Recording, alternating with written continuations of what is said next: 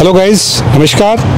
मैं हूं प्रदीप कुमार तिवारी और इस समय है central Asian international medical university में और हमारे साथ थर्ड ईयर के कुछ बच्चे हैं। उनसे हम यहाँ की स्टडी के बारे में जानेंगे। Good afternoon. Good afternoon. जी सर। आप थर्ड ईयर के स्टूडेंट हैं? जी सर।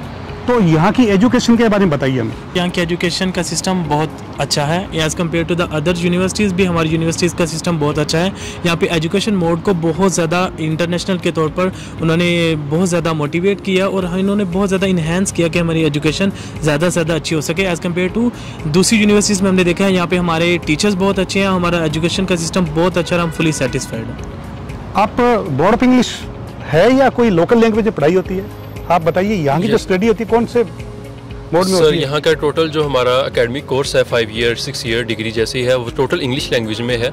लेकिन लैंग्वेज बैरियर को दूर करने के लिए स्टूडेंट्स के सिर्फ किर्गिज़ और रशियन लैंग्वेज की क्लासेस करवाई जाती हैं, जो कि सिर्फ फर्स्ट ईयर में बच्चे पर सेमेस्टर पढ़ते हैं। उसके अलावा हमारा जितना भी एकेडमिक कोर्स है वो टोटल इंग्लिश लैंग्वेज में करवाया जाता है और स्टूडेंट्स के लिए जो है वो बेटर अंडरस्टैंडिंग होती है।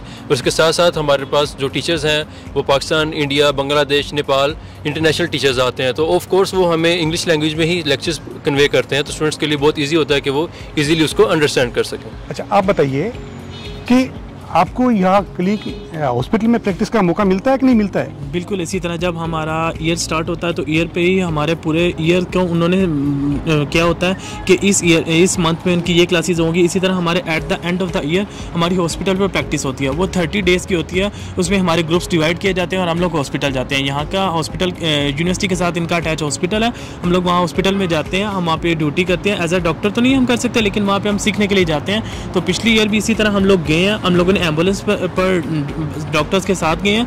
एम्बुलेंस का आपको पता है कि मकसद सिर्फ फर्स्ट एड करना है।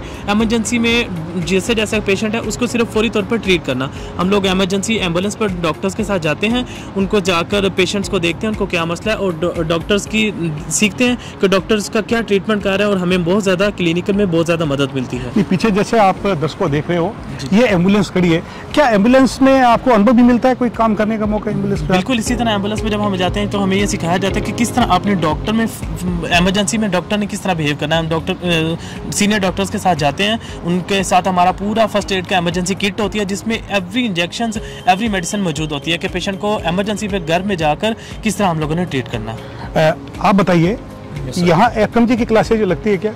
Yes sir, absolutely. जैसे ही हमारा फाइनल ईयर स्टार्ट होते हैं 4th ईयर से onward 4th, 5th and 6th years, सो हमारे FMG's क्लासेस जो हैं वो स्टार्ट हो जाती हैं। उसके लिए हमारे फॉरेन टीचर्स आते हैं फॉर वीकली और फॉर मंथली कोर्सेज़ के लिए यहाँ पे आए जाते हैं और उसमें ये है कि टाइम पीरियड के अंदर जितने भी हमारे कोर्सेज बुक्स होती हैं उनको सिलेबस कवर अप हो जाता है ईजीली।